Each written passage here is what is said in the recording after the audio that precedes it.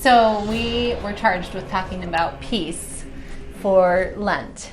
And boy, we've gone rounds on thinking through what we want to say here. But my first example of finding peace is a more dramatic one. Sometimes we have things that happen to us in life that are hard to swallow.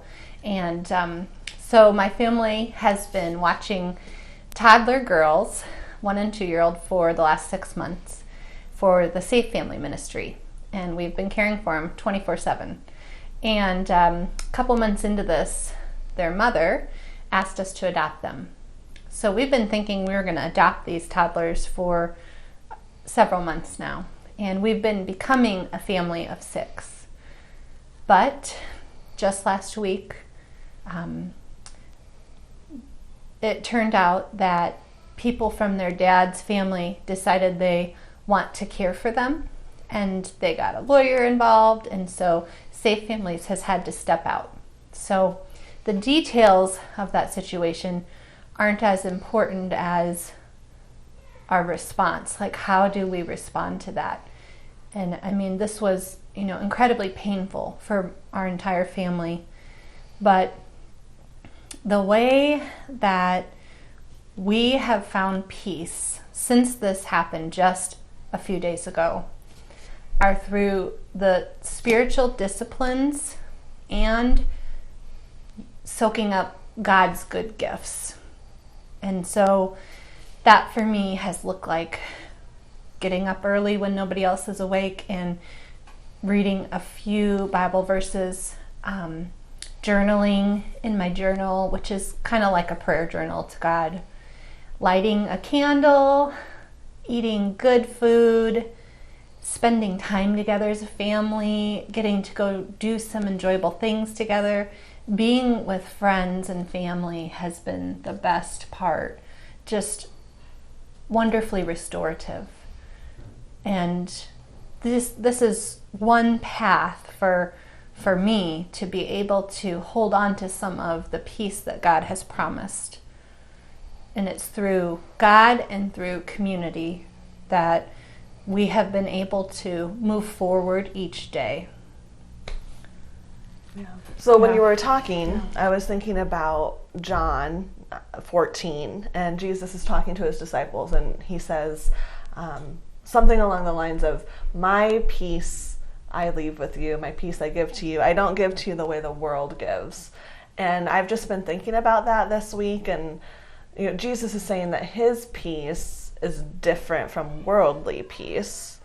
And I was thinking through, well, what is worldly peace then? And worldly peace is, it's not built on truth or reality, ultimately.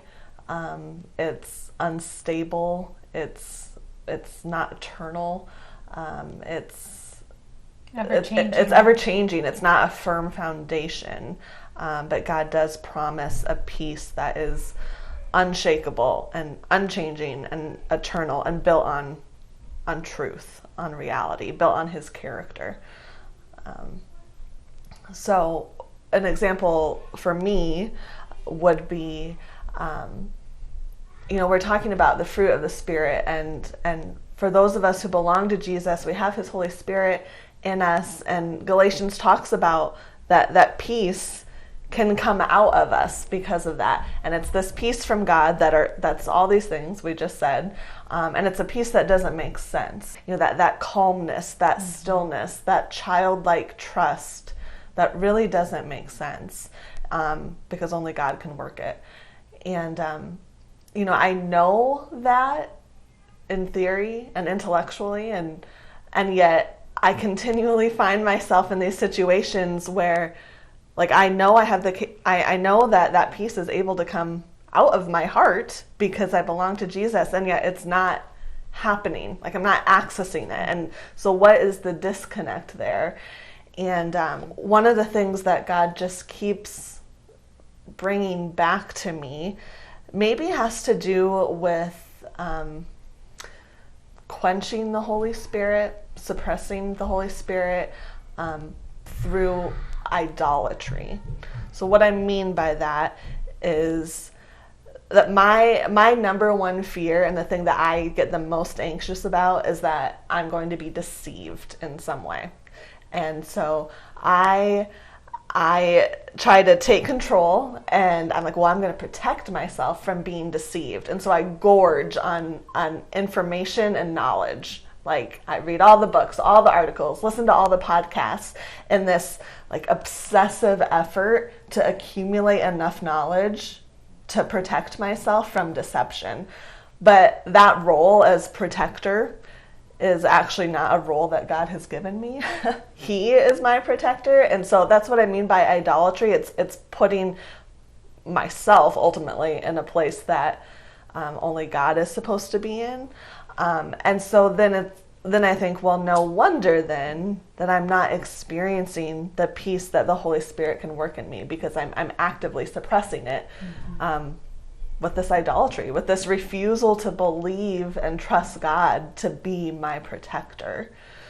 Yeah. So this notion that I can take control and I can make it happen. Yeah. This has been true for me when we were looking for a house. I was just scouring the internet, looking at all the houses. This is years ago, so not our current housing market, but there were plenty of houses to look at, and I was doing what you'd think of as due diligence. I was looking at all the places, all the websites, but it went to a whole new level for me. I was just determined to find just the perfect house for my family at the perfect price range. And so that got to when I really realized I was in trouble, like I was really not, this was not a healthy thing for me, is in the middle of the night when I was nursing my baby girl.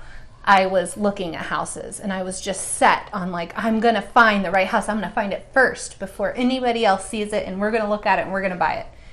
That was an unhealthy level of control for me, and that was a definite warning sign, because again, the idol for me is doing. Like, I'm just going to do it more. I'm going to do better. I'm going to do it in order to protect myself, in order to ensure that my loved ones are safe or happy.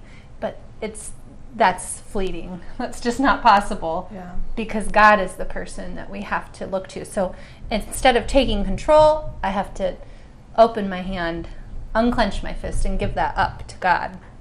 Which is humility, then, right? And so then that makes me think of like all the verses that talk about how God opposes the proud. When we're in that place of like pride and like obsessive like striving and grasping for control, that there is an element of pride there, because we're refusing to trust God. We're trusting in ourselves.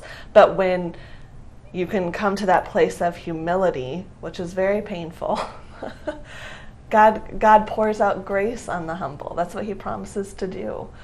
And we have experienced that.